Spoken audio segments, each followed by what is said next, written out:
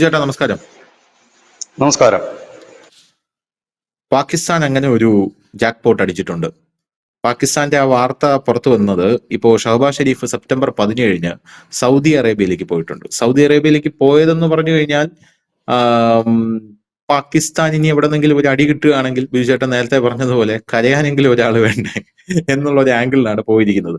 സൗദിയിൽ പോയപ്പോ നമ്മുടെ ഈ മായാവിയിൽ ഒരു ക്യാരക്ടർ ഉണ്ട് സലീം കുമാറിന്റെ, കണ്ണൻ സ്രാങ്ക് എന്ന് പറഞ്ഞ്. അപ്പൊ എനിക്ക് വട്ടായതാണോ അത് സൗദി അറേബ്യക്ക് മൊത്തം വട്ടായി പോയതാണോ എന്ന് പറഞ്ഞതുപോലെ ഇയാൾക്ക് അവിടെ രാജകീയമായിട്ടുള്ള ഒരു സ്വീകരണം കിട്ടി.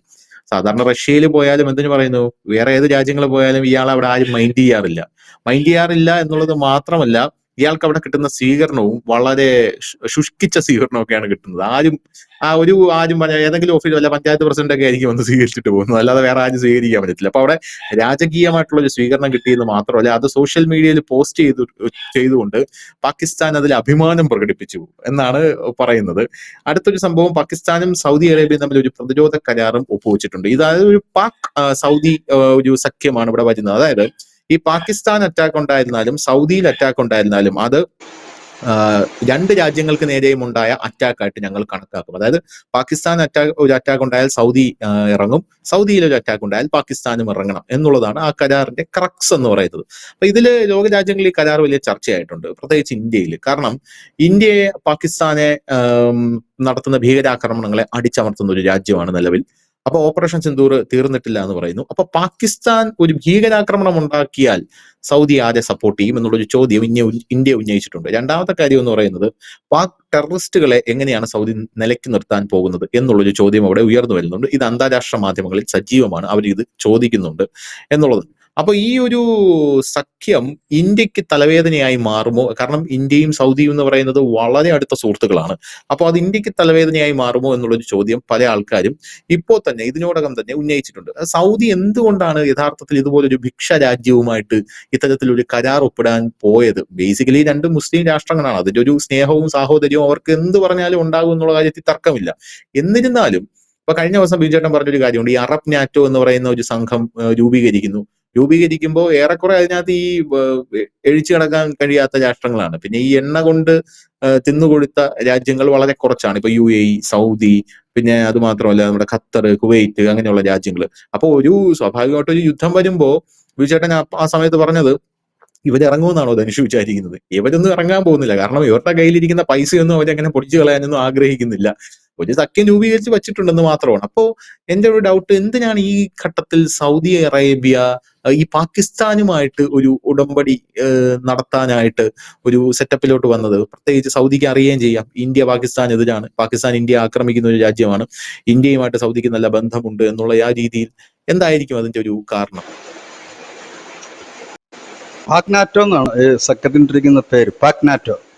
അത് നാറ്റോയുടെ നിയമമാണ്. നാറ്റോ സഖ്യത്തിൽ ഏതെങ്കിലും രാജ്യത്തെ തൊട്ട് കഴിഞ്ഞാൽ ബാക്കിയുള്ള രാജ്യങ്ങളൊക്കെ യുദ്ധപ്രഖ്യാപനമായിട്ട് കണ്ടുകൊണ്ട് അങ്ങോട്ട് അടിക്കുക. ഇതിനകത്ത് സൗദി മാത്രമല്ല, UAE ഉണ്ട്.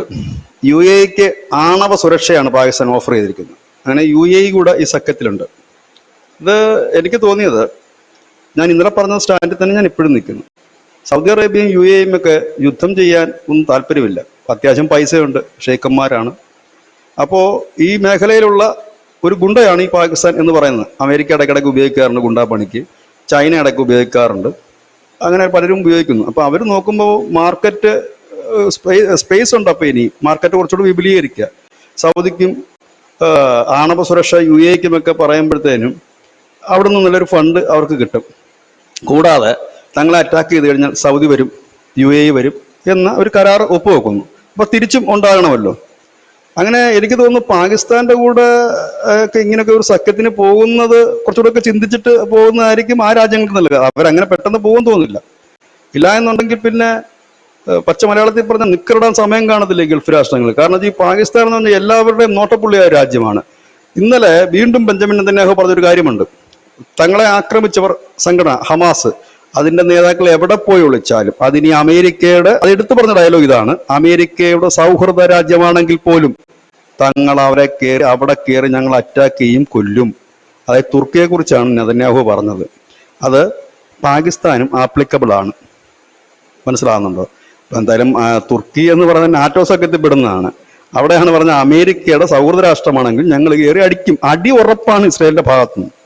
ഇവിടെ നമുക്കറിയാം, സൗദി അറേബ്യ മുമ്പ് ഇന്ത്യ പാകിസ്ഥാൻ പ്രശ്നങ്ങളൊക്കെ ഉണ്ടാകുമ്പോൾ അതിൽ ഇടനിലക്കാരനായിട്ട് വരുന്ന ഒരു രാജ്യങ്ങളിൽ ഒന്നാണ് സൗദി അറേബ്യ. ഇപ്പോൾ ഓപ്പറേഷൻ സിന്ദൂർ നടന്നപ്പോഴും സൗദിയിൽ നിന്ന് ഒരു മന്ത്രി ഇവിടെ വരുന്നു പോകുന്നു എന്നൊക്കെ പറഞ്ഞു. പക്ഷെ അതാരും വലിയ മൈൻഡ് ചെയ്തില്ല, വലുതായിട്ട് കേട്ടുമില്ല. അതിനുശേഷം അദ്ദേഹം ഇവിടെ വന്നതിന് ശേഷം മടങ്ങിപ്പോയി പാകിസ്ഥാനിലും പോയി എന്നുള്ളത് ഞാൻ പറഞ്ഞില്ലേ. അവരാരും ഈ ഒരു യുദ്ധക്കൊതിയന്മാരോ ഇല്ല യുദ്ധത്തിൽ കൊണ്ട് പൈസ മുടക്കി പൈസ കളയാനോ തയ്യാറാതില്ല. ഈ തുർക്കി പാകിസ്ഥാൻ എന്നൊക്കെ പറയുമ്പോൾ പ്രാന്തന്മാരാണ്. ഇവർക്ക് ജീവിക്കണമെന്നുണ്ടെങ്കിൽ ഈ ഭീകരവാദവും മറ്റുള്ളതേ ഉള്ളൂ. അല്ല സ്വന്തമായിട്ട് അവിടെ ഉത്പാദനം കാര്യങ്ങളൊന്നുമില്ല. ഇവർ അമേരിക്കയുടെ കൂടെ നിൽക്കുന്നു, അമേരിക്കയുടെ നിന്ന് കുറെ ഫണ്ട് കിട്ടും. ഇപ്പോൾ ഈ സൗദി അറേബ്യയൊക്കെ മുമ്പ് പാകിസ്ഥാനിനോട് ഫണ്ട് കൊടുത്തുകൊണ്ടിരുന്ന രാജ്യമാണ്. ഇപ്പൊ അവർ കൊടുക്കാറില്ല. അവർ ചെയ്യുന്ന പണി എന്താണെന്ന് വെച്ചാൽ എത്ര രൂപ വേണം, അത് ഞങ്ങൾക്ക് ഇത്ര രൂപ വേണം, ഞങ്ങളുടെ സ്കൂള് പോയി ആശുപത്രി പോയി, ഇതിനാണല്ലോ ഫണ്ട് കൊടുക്കുന്നത്. മുമ്പ് ക്യാഷ് ആയിരുന്നു കൊടുത്തോണ്ടിരുന്നത്. ഈ ക്യാഷ് ബഹുഭൂരിപക്ഷം തീവ്രവാദ സംഘടനകൾക്കാണ് പോകുന്നത്. ഇപ്പൊ അവർ ക്യാഷ് കൊടുക്കാറില്ല. സൗദി അറേബ്യ 1 വർഷം മുമ്പാണ് അവർ ഡിക്ലെയർ ചെയ്ത അവരുടെ പോളിസി. അതിപ്പോ ഗസയിലും അവരുടെ പോളിസി അത് തന്നെയാണ്. അവർ പറഞ്ഞത് നിങ്ങൾക്ക് റോഡാണോ വേണ്ടത്, ഞങ്ങൾ നിർമ്മിച്ചു തരും. സ്കൂളാണോ വേണ്ടത്, ഞങ്ങൾ നിർമ്മിച്ചു തരും. കാരണം പൈസ കൊടുക്കുമ്പോഴാണല്ലോ ഈ പ്രശ്നം വരുന്നത്. നിർമ്മിച്ചു തരുവാണെങ്കിൽ കുഴപ്പം വരത്തില്ലല്ലോ എന്ന് അവർ പറഞ്ഞു കഴിഞ്ഞു. അപ്പോൾ ഇങ്ങനെ നിൽക്കുന്ന ഒരു സംഭവം. അപ്പൊ പാകിസ്ഥാൻ അങ്ങോട്ട് കയറിയിട്ടാണ് ഈ കരാർ വെക്കുന്നത്, അല്ലാതെ അവരാരും വിളിച്ചോണ്ട് പോയി പാകിസ്ഥാനെ കരാർ വെപ്പിക്കുന്നതല്ല. അത് എന്റെ ജോലി കൊട്ടേഷനാണ്. ആര് കൊട്ടേഷൻ തന്നാലും ഞാൻ എടുക്കും. അപ്പൊ ഞാൻ ചെന്നിട്ട് പറയുന്നത് എന്റെ കയ്യിൽ ഇങ്ങനെയൊക്കെയുള്ള വെപ്പൺസ് ഉണ്ട്, എന്റെ കാല് വെട്ടും കൈ വെട്ടും ഏത് ഭാഗം വേണം തകർക്കും, അടിപൊളി കൊട്ടേഷനാണ്, എങ്ങനെയുണ്ട്, നിങ്ങൾ എല്ലാം സെക്യൂരിറ്റി ആയിട്ട് വെക്കുന്നു എന്ന് ചോദിച്ചു കഴിഞ്ഞാൽ ചിലപ്പോ ധനുഷ് പറയും, ധനുഷിന് ഇതൊന്നും അല്ല പണിയെങ്കിൽ ധനുഷ് പറയും ഒരു കാര്യം ചെയ്യും, അണ്ണൻ കൊട്ടേഷൻ എടുത്തു, എന്റെ സെക്യൂരിറ്റി മാസം ഇത്ര രൂപ വെച്ച് ഞാൻ തന്നേക്കാം. അതാണ് ഇവിടെ ചെയ്യാൻ പോകുന്നത്. ബോഡി ഗാർഡ് അത് തന്നെ, ആ ഒരു റോളാണ് ഇപ്പൊ ഇവിടെ ചെയ്യാൻ പോകുന്നത്. പക്ഷെ ഇതിനകത്ത് ചില യാഥാർത്ഥ്യമുണ്ട്. കരാറാവുമ്പോൾ സ്വാഭാവികമായി. അപ്പൊ ഇതിനു മുമ്പും ആകെ ജീവിതത്തിൽ സൗദി അറേബ്യ നമുക്ക് അനുകൂലം എന്ന് തോന്നിക്കുന്ന തരത്തിൽ ഒരു പ്രസ്താവന നടത്തിയിട്ടുള്ളൂ. അത് നമ്മുടെ ഓപ്പറേഷൻ സിന്ദൂറിന്റെ സമയത്താണ്. അതിന് മുമ്പൊന്നും അവർ നടത്തിയിട്ടില്ല. ഒരു ഗൾഫ് രാഷ്ട്രങ്ങളും നടത്തിയിട്ടില്ല. ഇത് നടത്തി. അതിന് എനിക്ക് തോന്നുന്നത് ഒരുപക്ഷെ പ്രധാനമന്ത്രി നരേന്ദ്രമോദി സൗദിയിൽ പോയതിന്റെ ആ ദിവസം തന്നെയായിരുന്നു പഹൽഗാമിൽ ഈ ഒരു സംഭവം നടന്നത്. അതുകൊണ്ടാകാം. ഏതായാലും ഇതാണ് ഇതിനകത്ത് പോകുന്ന സാധനം. പക്ഷെ ഇതിനെ അത്ര നമ്മളിപ്പോൾ ചിരിച്ചു പറയുന്നെങ്കിലും അത്ര നിസ്സാരമായിട്ടല്ല ഇന്ത്യ ഇതിനെ കാണുന്നത്. ഇന്ത്യ ഇപ്പോൾ UAE അടക്കമുള്ള രാജ്യങ്ങൾക്ക് കൃത്യമായ ഒരു പിക്ചർ നൽകി കഴിഞ്ഞു. ഇന്ത്യ പറയുന്നത് തങ്ങൾ ഒരു രാജ്യത്തെ ആക്രമിക്കുകയല്ല ചെയ്യുന്നത്. പാകിസ്ഥാൻ എന്ന് പറയുന്ന രാജ്യത്തെ അവിടുത്തെ സിവിലിയന്മാരെ ആക്രമിക്കുകയല്ല തങ്ങളുടെ ലക്ഷ്യം. പകരം ഭീകരന്മാരെയും ഭീകര കേന്ദ്രങ്ങളെ ആക്രമിക്കുകയാണ്. അത് തങ്ങളുടെ നിലപാടാണ്. അത് മാറ്റം വരില്ല. അത് ഭീകരതയ്ക്കെതിരെയുള്ള പോരാട്ടമാണ് ഞങ്ങൾ നടത്തുന്നത് എന്ന് UAE മറ്റും പറഞ്ഞ് മനസ്സിലാക്കാനുള്ള ഒരു രീതിയാണ്. കാരണം UAE എന്ന് പറഞ്ഞാൽ ഇന്ത്യയെ സംബന്ധിച്ച് തന്ത്രപ്രധാനപരമായ ഒരു വ്യാപാര പങ്കാളി കൂടിയാണ്. സൗദിയും അതൊക്കെ തന്നെയാണ്. അപ്പൊ അവരെ കാര്യങ്ങൾ പറഞ്ഞ് ബോധ്യപ്പെടുത്തും. അതായത് ഇസ്രായേൽ ഇപ്പൊ എന്താണ് ഖത്തറെ കൊണ്ട് ഇട്ടത്? അവരെന്താ പറഞ്ഞത്? ഞങ്ങളുടെ എതിരാളികൾ, അതായത് ഭീകരന്മാർ അവിടെ ഉള്ളത് കൊണ്ടാണ് ഇട്ടത്, അല്ല ഖത്തറോട് ഞങ്ങൾക്ക് വിരോധമൊന്നുമില്ല. തുർക്കി അടിക്കാൻ പോകുന്നതിന് തൊട്ട് മുമ്പ് ഇന്നലെയും ബെഞ്ചമിൻ നെതന്യാഹു പറഞ്ഞത് അത് ഞങ്ങളെ തകർക്കാൻ വേണ്ടി പ്രവർത്തിക്കുന്നവർ എവിടെയാണോ, ഏത് രാജ്യത്താണോ അഭയം കൊടുത്തിരിക്കുന്നത്, ഏത് രാജ്യത്താണോ അവിടെ ഇനി അമേരിക്കയുടെ സുഹൃത്താണെങ്കിലും ആരാണെങ്കിലും ഞങ്ങൾ അടിക്കും. ഇപ്പൊ ഒന്നുകൂടെ കലിപ്പ് കൂടിയിട്ടുള്ള ഒരു കാര്യം എന്താണെന്ന് വെച്ച് കഴിഞ്ഞാൽ ഈ ഖത്തറിൽ അടിക്കാൻ പോകുന്ന വിവരം തുർക്കി ഇന്റലിജൻസ് ആണ് ചോർത്തി ഖത്തറിന് കൊടുത്തത്. അങ്ങനെ ഒരു കലിപ്പും കൂടെ കിടപ്പുണ്ട് ഇതിനകത്ത്. അപ്പൊ ഇങ്ങനെ ഒരു സംഭവം നിൽക്കുന്നു. പാകിസ്ഥാനെ ഇസ്രായേൽ ആക്രമിക്കുന്നുള്ള കാര്യം ഡെഫിനറ്റ് ആണ്. അപ്പൊ ആൾക്കാരൊന്നും ചോദിക്കരുത് നാളെ ആക്രമിക്കുമെന്ന്. അതെനിക്കും അറിയില്ല. അത് നേരത്തെ തന്നെ ബെഞ്ചമിൻ നെതന്യാഹു ഡിക്ലെയർ ചെയ്ത കാര്യമാണ് അടിക്കുമെന്നുള്ളത്.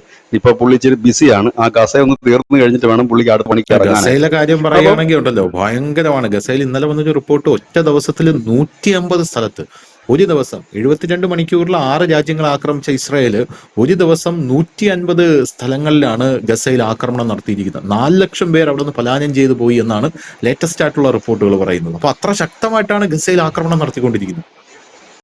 ഇപ്പൊ ഈ കരാർ വന്നതിന് പിന്നാലെ ഒരു 4 നീക്കങ്ങളാണ് ഇന്ത്യൻ സൈഡിൽ നിന്ന് ഇപ്പോൾ പുറത്തു വരുന്നത്. അതിലൊന്ന് ഇന്ത്യ ചൈന ബന്ധം കൂടുതൽ ദൃഢമാക്കുകയാണ്. കാരണം ചൈനയ്ക്കും ഇങ്ങനത്തെ ഒരു സഖ്യം ദോഷം ചെയ്യും. അതുകൊണ്ട് അത് ദൃഢമാക്കുന്നു. സെക്കൻഡ് പോയിന്റ് എന്ന് പറഞ്ഞു കഴിഞ്ഞാൽ ഇന്ത്യ ഇസ്രായേൽ ബന്ധം ദൃഢമാക്കുകയും ഒരു സംയുക്ത സൈന്യാഭ്യാസം ചെറിയ രീതിയിലെങ്കിലും നടത്താനുള്ള ഒരുക്കങ്ങൾ നടത്തുന്ന ഒരു റിപ്പോർട്ട് ഇതിന്റെ പിന്നാലെ വരുന്നുണ്ട്. മൂന്നാമത്തേത് റഷ്യ ഇന്ത്യ ബന്ധം അത് സ്ട്രോങ് ആയിട്ട് തന്നെ മുമ്പോട്ട് പോകുന്നുണ്ട്. നാലാമത് കോഡ് ഉച്ചകോടി ഇവിടെയാണ് നടക്കുന്നത്. ഇടയ്ക്കൊന്ന് മന്ദീഭവിച്ചു പോയ കോഡ് സഖ്യത്തെയും കൂടി ഒന്ന് സ്ട്രോങ് ആക്കി എടുക്കാനുള്ള ഒരു നീക്കം കൂടി നടക്കുന്നുണ്ട് ഇവിടെ. അപ്പോൾ അങ്ങനെ നോക്കുമ്പോൾ സ്വാഭാവികമായി തന്നെ ഇതിന് ബദലായിട്ട് മറ്റൊരു സഖ്യം രൂപപ്പെടുത്തിയേ പറ്റൂ. കാരണം എനിക്ക് തോന്നുന്നില്ല ഈ സൗദിയും UAEയും ഒക്കെ ചുമ്മാതെ കയറി ഇടപെടുമെന്ന്. കാരണം ഈ ഗസയിലും പാലസ്തീനിലും ഒക്കെ പ്രശ്നം നടക്കുമ്പോഴും ഇവരെല്ലാം കൂടെ നിന്ന് ജയ് വിളിക്കാനേ ഉണ്ടാകത്തുള്ളൂ. കൂടെ നിൽക്കാൻ ആരും കാണത്തില്ല. അവസാനം പാലസ്തീൻ മാത്രമേ കാണൂ. സമാനമായ രീതിയിലായിരിക്കും ഇവിടെ വന്നിരിക്കുന്നത്. ഏതായാലും പാകിസ്ഥാനെ സംബന്ധിച്ച് അതൊരു ആശ്വാസമാണ്. പക്ഷെ അമേരിക്കയെ സംബന്ധിച്ച് അത്ര ആശ്വാസകരമായ കാര്യമല്ല.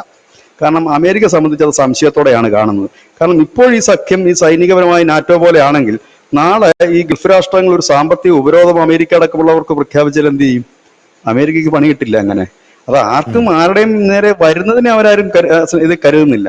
ചൈനയെ സംബന്ധിച്ച് സംശയത്തിൽ തന്നെ കാണുന്നത്. കാരണം ഓൾറെഡി പാകിസ്ഥാൻ ഇപ്പൊ അമേരിക്കയുടെ പക്കലേക്ക് പോയി കഴിഞ്ഞു.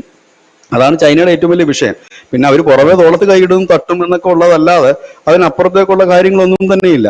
അപ്പൊ പാകിസ്ഥാൻ ഇപ്പോൾ ഏതായാലും പാക് നാറ്റോയ്ക്ക് ഒരു രൂപം കൊടുത്തിരിക്കുന്നു, കരാർ ഒപ്പിട്ടിരിക്കുന്നു. ഇതിലേക്ക് UAE കൂടെ എത്തുന്നുണ്ട്. ഇനി ഒരുപക്ഷെ മറ്റു രാജ്യങ്ങൾ കൂടി, മറ്റ് ഗൾഫ് കൺട്രീസും കൂടെ ഇതിലേക്ക് വന്നിട്ട് പക്ഷെ ഇതിനെ തുർക്കി എങ്ങനെ കാണുന്നു എന്നുള്ളത് കണ്ടറിയണം. കാരണം തുർക്കിയിലെ എർദോഗൻ ഒരു ഖലീഫ ആകാൻ വേണ്ടി നടക്കുകയാണ്. അദ്ദേഹം ആഗോള മുസ്ലിങ്ങളുടെ നേതാവാകാൻ നടക്കുക. പുള്ളി ഇത് സഹിക്കില്ലെന്ന് അറിയത്തില്ല. ഏതായാലും പുള്ളി കൂടെ വരുമായിരിക്കും. പക്ഷെ ഇത് നമ്മൾ തമാശയായിട്ടല്ല കാണേണ്ടത്, വളരെ സീരിയസ് ആയിട്ട് വിഷയമാണ്. കാരണം ഈ ഗൾഫ് രാഷ്ട്രങ്ങൾക്ക് ഇങ്ങനെ ഒരു നാറ്റോ കണക്കൊരു സഖ്യം വന്നാൽ അത് ആയുധബലത്തിൽക്കൊന്നും പ്രത്യേകിച്ചൊന്നും ചെയ്യാനൊന്നും ഉണ്ടാകില്ല. പക്ഷെ അത് അപകടകരമായ പോക്കായിരിക്കും. പക്ഷെ ഞാൻ ഇപ്പോഴും കരുതുന്നു ഗൾഫ് രാഷ്ട്രങ്ങൾ അത്തരത്തിലേക്ക് നീങ്ങില്ല എന്ന് തന്നെയാണ്. കാരണം അവരെ സംബന്ധിച്ച് സമാധാനത്തിൽ തന്നെ അവർക്ക് മുമ്പോട്ട് പോകേണ്ടതുണ്ട്. കാരണം അവരെല്ലാം ഇപ്പോൾ ഒരു വികസനത്തിന്റെ പാതയിൽ തന്നെ നിൽക്കുന്നവരാണ്. അവർ ഈ പ്രാന്തന്മാരെന്നും പറയുന്നത് കേട്ട് ചാടുമെന്ന് എനിക്ക് തോന്നുന്നില്ല. പക്ഷെ ഇതിപ്പോ കൊട്ടേഷൻ പണിക്ക് കോൺട്രാക്ട് എടുത്ത പോലെയാണ് എനിക്ക് ഒറ്റ നോട്ടത്തിൽ തോന്നുന്നത്. സൗദി എടുത്ത് പോകുന്ന ഈ സഖ്യം ഉണ്ടാക്കുന്നു. UAEക്ക് അതിനെ വിശേഷിപ്പിക്കുന്നതിന് ആണവ കുട നൽകും, സംരക്ഷണത്തിന്റെ കുട, ആണവ കുട നൽകും എന്നാണ് പറയുന്നത്. അവരുടെ കയ്യിൽ നിന്നും ഭാഷ എന്തെങ്കിലും മേടിക്കുമായിരിക്കും. പക്ഷെ എന്തായാലും അമേരിക്കയുണ്ട്, എനിക്കൊന്ന് ട്രംപ് ഇതൊന്നും കേട്ടിട്ടില്ല എന്നാണ് തോന്നുന്നത്. ഈ ചിലരൊക്കെ വിചാരിക്കുമായിരിക്കും ട്രംപിന്റെ കൂടെ ഒത്താശയോടാണ് ഇത് നടക്കുന്നതെന്ന്. അങ്ങനെ നടക്കാനുള്ള സാധ്യതകൾ കുറവാണ്. കാരണം ഇന്ന് ട്രംപിന് അനുകൂലമായിട്ടാണ് ഈ സഖ്യം നിൽക്കുന്നതെങ്കിൽ നാളെ ട്രംപിനെ കാലവാരി നിലത്തടിക്കാനുള്ള സഖ്യമായിരിക്കും ഇത്. കാരണം ഇത് ഇസ്രായേലിനെതിരെയാണല്ലോ അവരുടെ ആദ്യത്തെ നീക്കം, പിന്നെ പാശ്ചാത്യർക്കെതിരെയാണല്ലോ ഇവരുടെ മറ്റൊരു നീക്കം. അതൊക്കെ കഴിഞ്ഞിട്ടേ വരും. ഏതായാലും ഇന്ത്യയുടെ പടിഞ്ഞാറൻ അതിർത്തി കൂടുതൽ ശക്തമാക്കുന്നു എന്നൊരു വാർത്തയും ഇതിനോടൊപ്പം തന്നെ വരുന്നുണ്ട്. പാകിസ്ഥാന്റെ പ്രശ്നം വേറൊന്നുമല്ല, അടുത്ത അടി ഇന്ത്യയിൽ നിന്ന് കിട്ടുമ്പോൾ തങ്ങൾക്കൊപ്പം കൂടുതൽ രാജ്യങ്ങളെ കൂട്ടുക എന്നുള്ളത് മാത്രമാണ് ലക്ഷ്യം. അത് ആയുധബലം കൊണ്ടൊന്നുമല്ല. ഇപ്പൊ തുർക്കി ഓൾറെഡി അവരുടെ കൂടെ ഉണ്ട്, അസർബൈജാൻ അവരുടെ കൂടെ ഉണ്ട്, അമേരിക്ക രഹസ്യമായി അവരുടെ കൂടെ ആണല്ലോ ഉണ്ട്. പിന്നെ പരസ്യമായി നിൽക്കാൻ ആൾ വേണം. ഇപ്പൊ ഗൾഫ് രാഷ്ട്രങ്ങൾ UAEയും സൗദിയൊക്കെ, എനിക്ക് തോന്നുന്നു ഇനി ഒരു വിഷയം ഉണ്ടായി കഴിഞ്ഞാൽ നിഷ്പക്ഷമായ നിലപാട് ഗൾഫ് രാഷ്ട്രങ്ങൾ ഇന്ത്യക്കെതിരെ സ്വീകരിക്കൂ എന്നാണ് ഞാൻ പ്രതീക്ഷിക്കുന്നത്. അങ്ങും ഇങ്ങും തൊടാതെ അക്രമം അവസാനിപ്പിക്കണമെന്നോ അനുരഞ്ജനത്തിന്റെ പാതയിൽ പോകണമെന്നോ ഒക്കെ പറയും എന്നുള്ളതാണ്. അല്ലാതെ ഞങ്ങൾ നിങ്ങളെ ആക്രമിക്കും, പാകിസ്ഥാനെ നിങ്ങളെ ആക്രമിച്ചല്ലോ അതുകൊണ്ട് സൗദി അറേബ്യ ഇന്ത്യ ആക്രമിക്കും എന്നൊന്നും അവരൊരിക്കലും പറയാനുള്ള സാധ്യതകൾ നിലനിൽക്കുന്നില്ല നിലവിൽ. കാരണം അത്രത്തോളം ട്രേഡിംഗ് പരമായും മറ്റു കാര്യങ്ങളുമായി ബന്ധപ്പെട്ട് നിൽക്കുന്നതാണ്. എല്ലാവർക്കും ഞാൻ പറഞ്ഞില്ല, വരുമാനമാണ് പ്രധാനം. അതല്ലാതെ യുദ്ധം ചെയ്ത് ജയിച്ച് അതൊക്കെ പഴയ കാലം, 2ാം ലോക മഹായുദ്ധം വരെ യുദ്ധത്തിൽ പിടിച്ചെടുക്കുകയും ജയിക്കുകയും ചെയ്യുന്നവരായിരുന്നു ഹീറോ. ഇപ്പൊ ഹീറോ അങ്ങനല്ല, സ്വന്തം രാജ്യത്തെ ഡെവലപ്മെന്റ്സിലേക്ക് മുമ്പോട്ട് കൊണ്ടുപോകുന്നവരാണ് ഹീറോ. അങ്ങനെയാണ് ഈ നരേന്ദ്രമോദിയെ പോലുള്ള ഒരു ഹീറോ ആയി മാറുന്നത്.